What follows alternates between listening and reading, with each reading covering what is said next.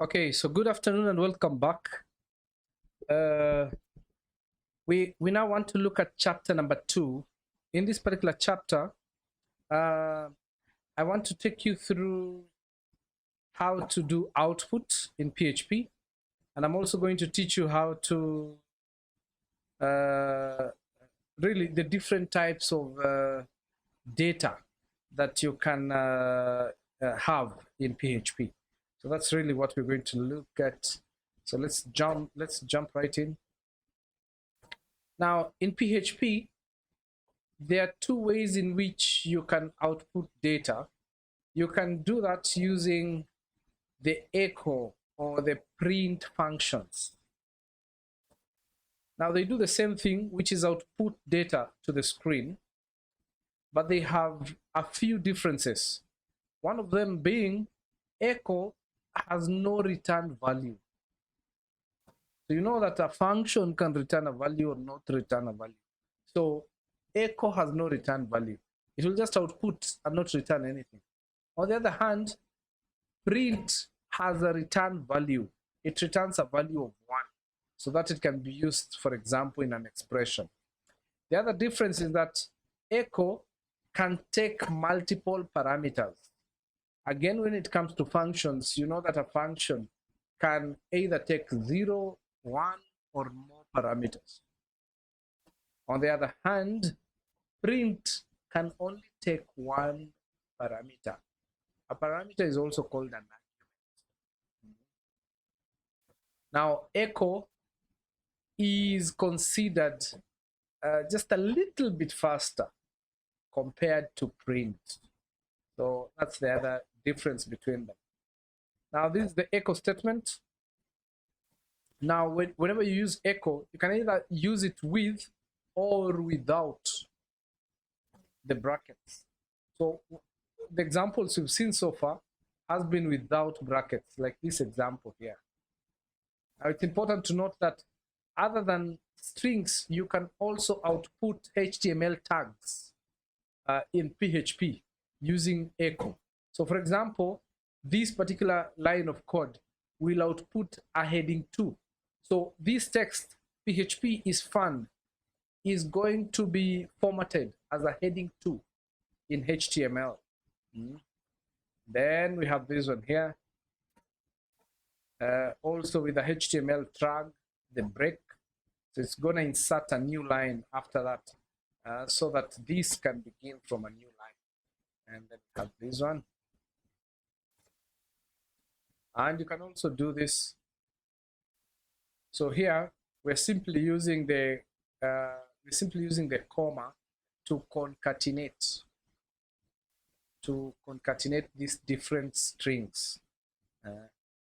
So that's how you use echo.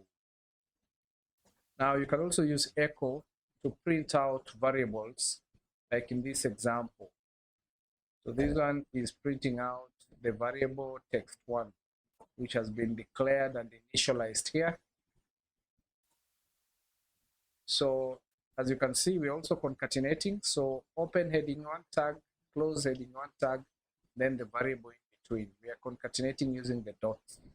So that will output this as a heading 2. That's why you see it's big. You can also output that. And as we said earlier, you can also output an expression like x plus y, which will really give this. X and y have been declared and initialized there. Okay, then we have the print statement. Again, with the print, you can either use or not use the brackets. Okay, so we have print here. Again, just very similar to echo. You can also use it like that or like this. I'm just giving you a second to have a look at that.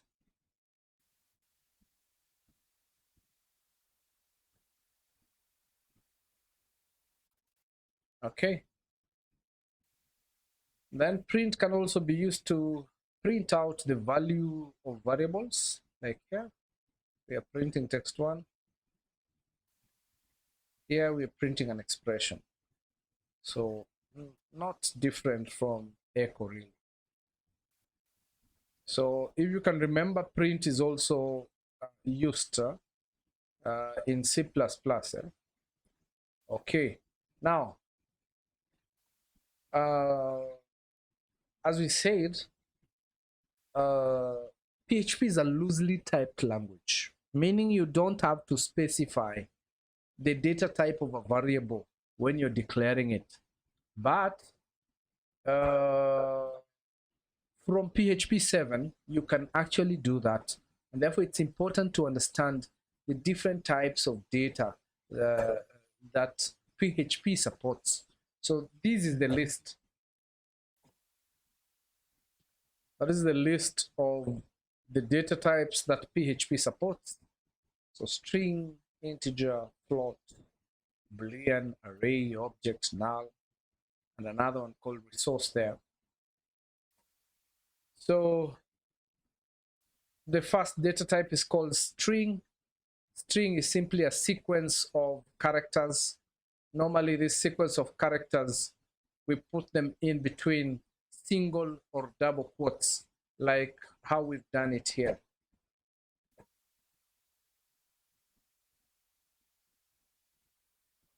So that's how we do a string.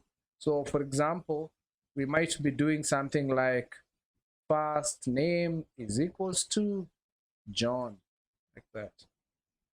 So that is a string. Then after that, for example, we can echo first name.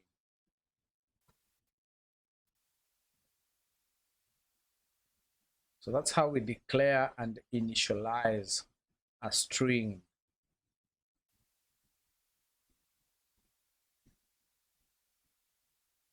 So this is another example. We're just declaring and initializing two strings. Then we are printing the first string, then printing a new line, the break, then printing the next string. If you do that, and then the output is going to be this. So break here is simply used to ensure that whatever comes next begins from a new line. It's a HTML tag. Then you have integers.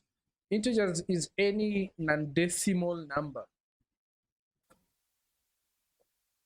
Any non-decimal number between negative that number to positive this number. Rules for identifying an integer include it must have at least one digit. It must not have a decimal point. It can be a positive or a negative number. And it can be expressed as base 10 or as base 16 or base 8 or base 2 notation. So it can be expressed in any of those notations. So an integer can be expressed in any of those notations. Now, we have a very important function in PHP. That function is called var_dump. This function is used to return the data type and the value of a variable. So it's important because it can be able to inform you the data type of a variable. So for example, here we are declaring a variable x and assigning it a whole number 5985. So if we use var_dump, then we pass it the argument x, then we are going to get the output int. So int means this value is an integer and the value itself 5985. So that is what var_dump is used for. Then you have the float. As we know, this is a number that has a decimal point. In this example, x has been assigned 10.365, and if we use var_dump and we pass it the variable x, it's going to tell us that indeed it's a floating point and the value itself 10.365. Then we have Boolean, which represents only two possible states a true or a false.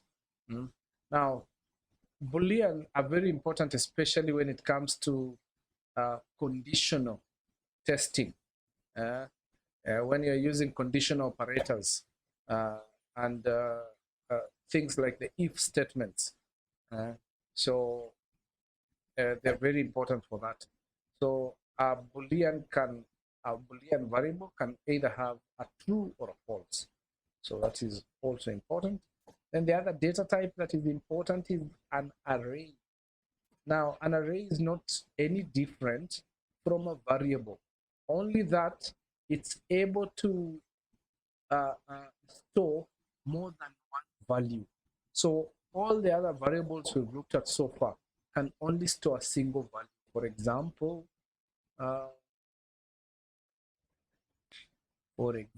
we can have a variable here, and first name, like that. First name is equals to John, like that.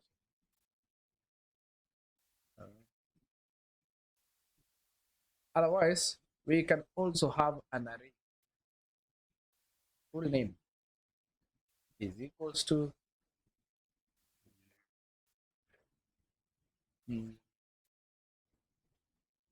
John, comma, then we give it another name. Not able to type beyond that. Let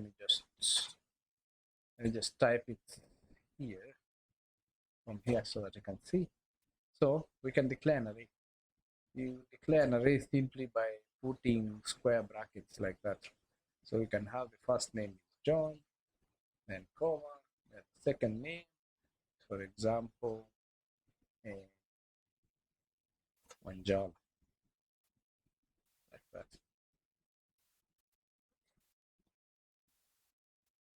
So that's how we declare an array. That's one way you declare an array. The other way you can declare the same array, then we just is like this.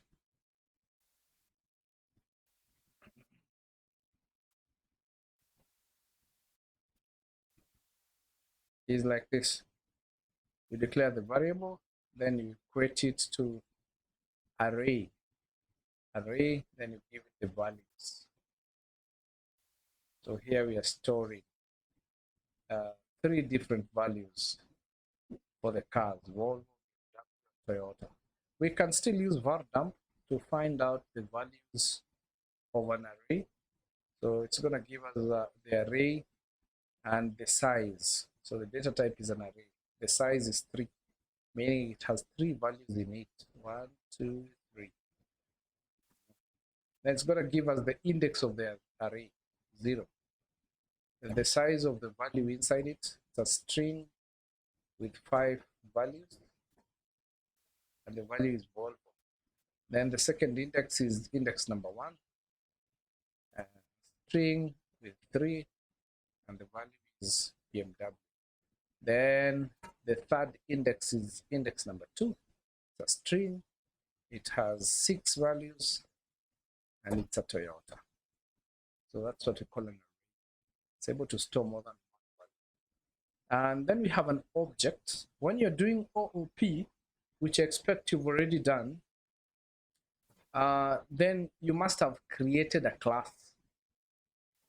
And from a class, you must have created an object. So an object is normally referred to as a user-defined data type, because you're the one who defines a class. A class will have data members, which are simply variables that define an object, and will also have functions, which we call methods, which will determine the kind of actions that can be taken on the data that you've declared. So that's what we call a class. And now from a class, we can create an object. So that particular object is what we call a user-defined data type, and therefore it's a data type. So for example, in PHP, this is how we declare This is how we declare a class. So class, then the name of the class, then an opening curly bracket and a closing curly bracket. Then inside it, you can have data members and member functions.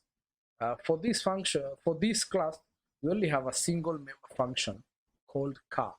And when the member function has the same name as the class name, then you know that this is called a constructor. And we have some data for this. This is the variable called model, which we are simply assigning to VW. So the model for the car is VW. And therefore, we can create an object. So this is how you create an object. Just like in C and in C++. They're simply creating here an object called Abby. And to do that, you assign it to, we call the class by using the new keyword, new, then car, like that. So the constructor is going to be executed, and the model is going to be initialized to VW. And therefore, if we do echo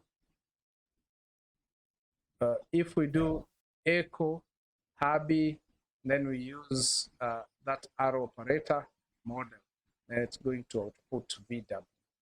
So that's what we call that. That is what we call, and then the other important one is null. And you have to understand the null. You have to understand the null. Now, null is a special data type which can only have one value, and that value is null. Now, that can be a little bit confusing. But really, what it simply means is that when a variable has a null value, it means the variable has not been assigned any value. So the variable is empty. So for example, when you declare a variable like age and you just put a semicolon, then the value of that variable is null. If you do var dump on it, if you do var underscore dump age, then you're going to get the output now, meaning it's empty. You've not given it any value. You've not given it any value. So that is what null is there. Now, null can also be used. This is important. Variables can also be emptied by setting the value to null. So let's just look at this example here. So here we have declared a variable x and initialized it to some value, hello world, a string.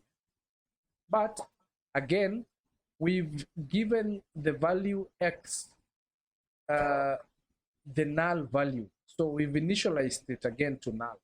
So is equals to null. So if we do var dump on x, the variable x, then we are going to get the result null, meaning it has nothing.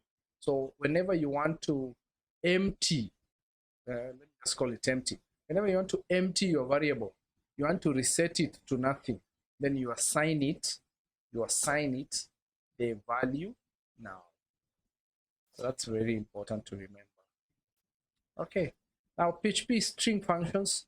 Now we have quite a number, and if you're going to be a developer, you're going to find out that string functions are one of the most important functions you can ever need to find solutions around formatting data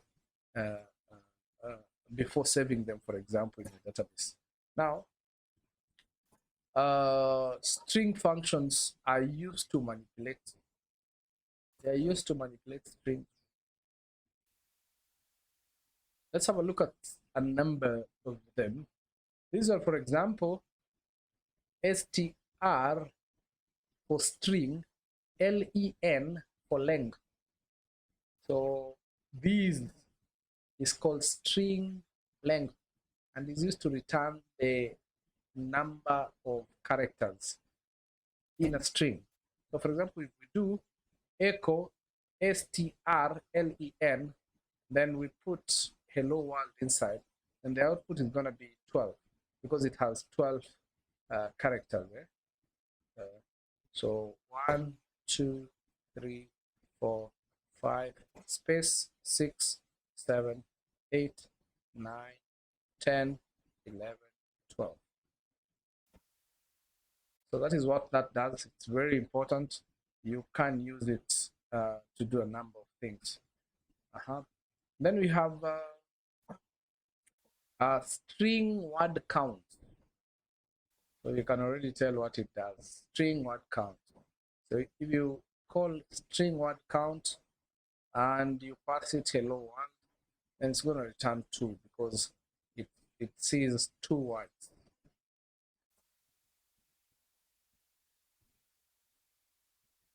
Then we have string reverse. So if you echo string reverse hello world, it's going to output this. Oh, sorry. It's going to output this. Sorry. This. Okay. Then we have string position. String position. Now this one is a function that returns the character position of the first match. If no match is found, then it will return a false.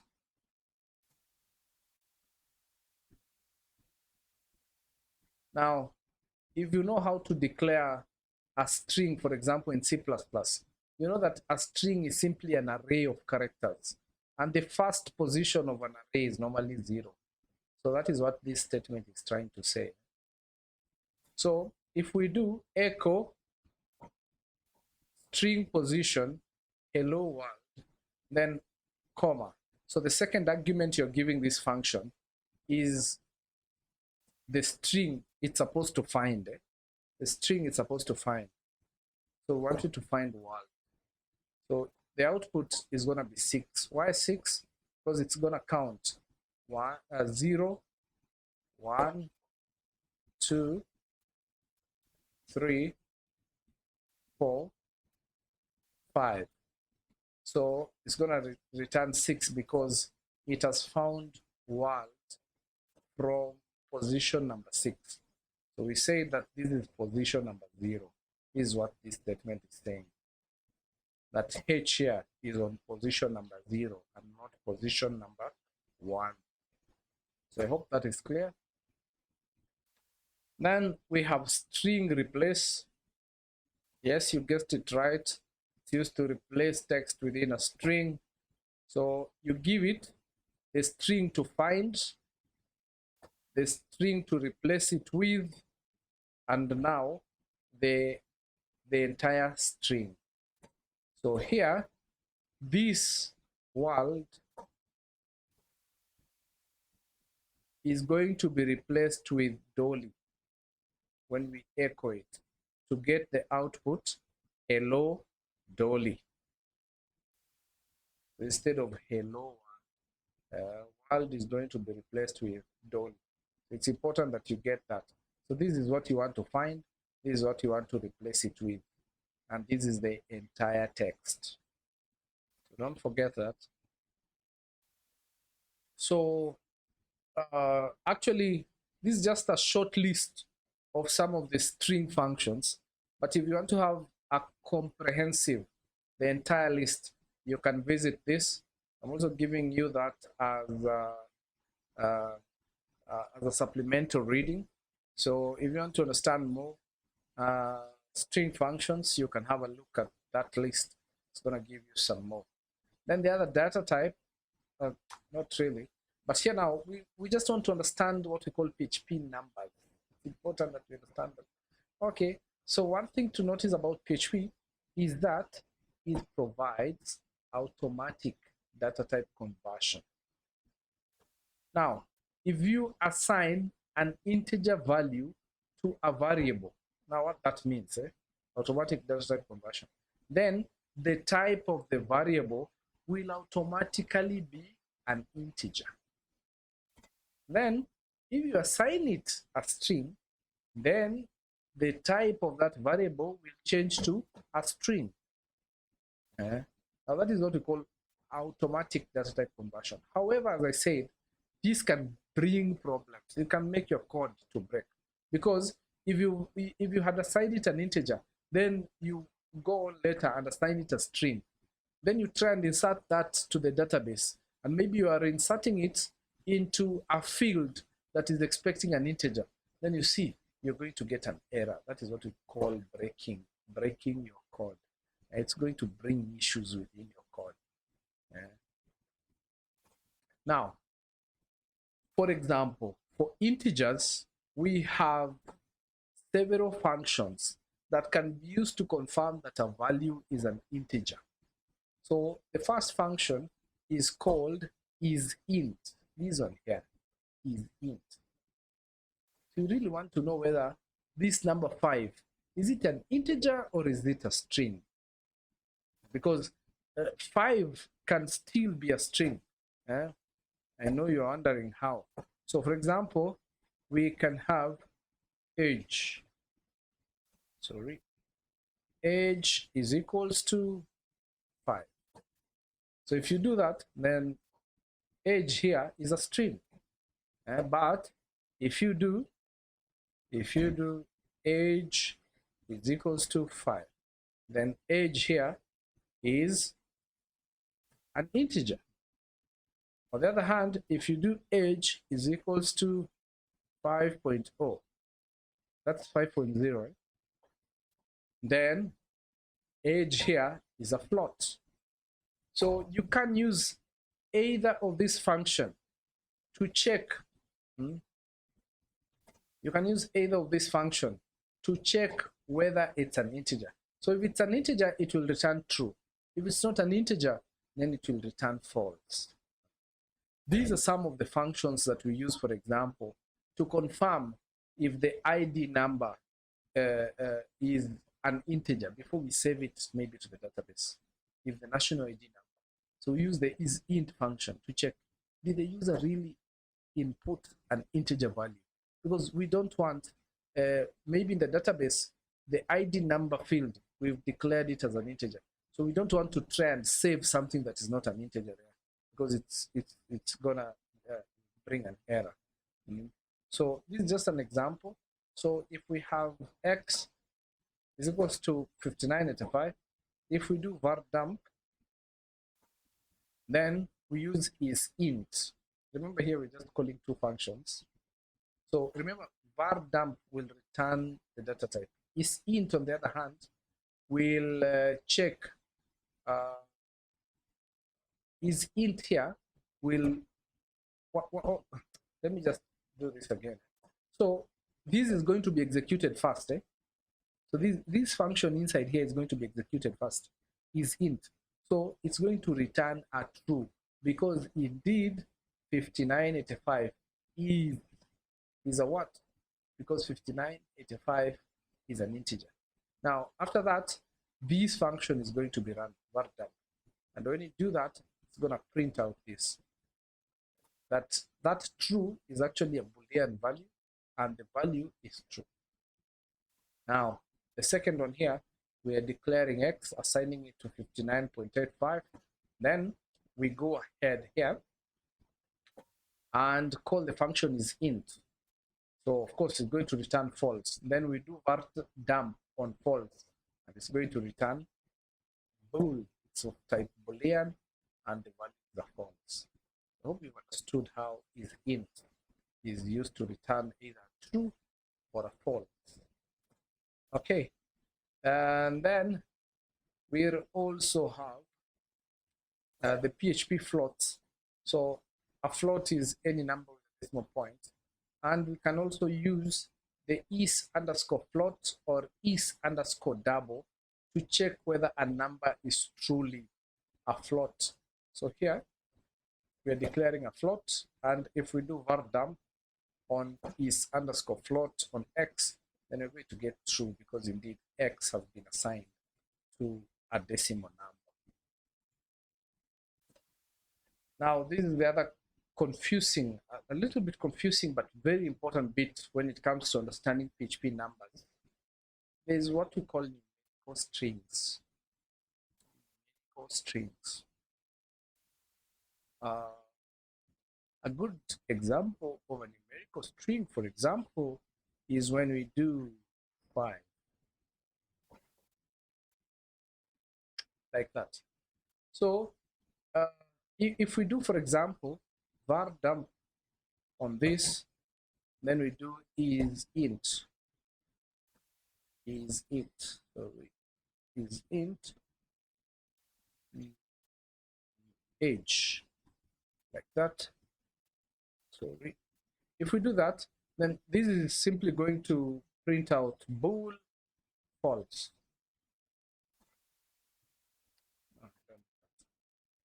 So it's simply going to say that this is not an integer, because it's true.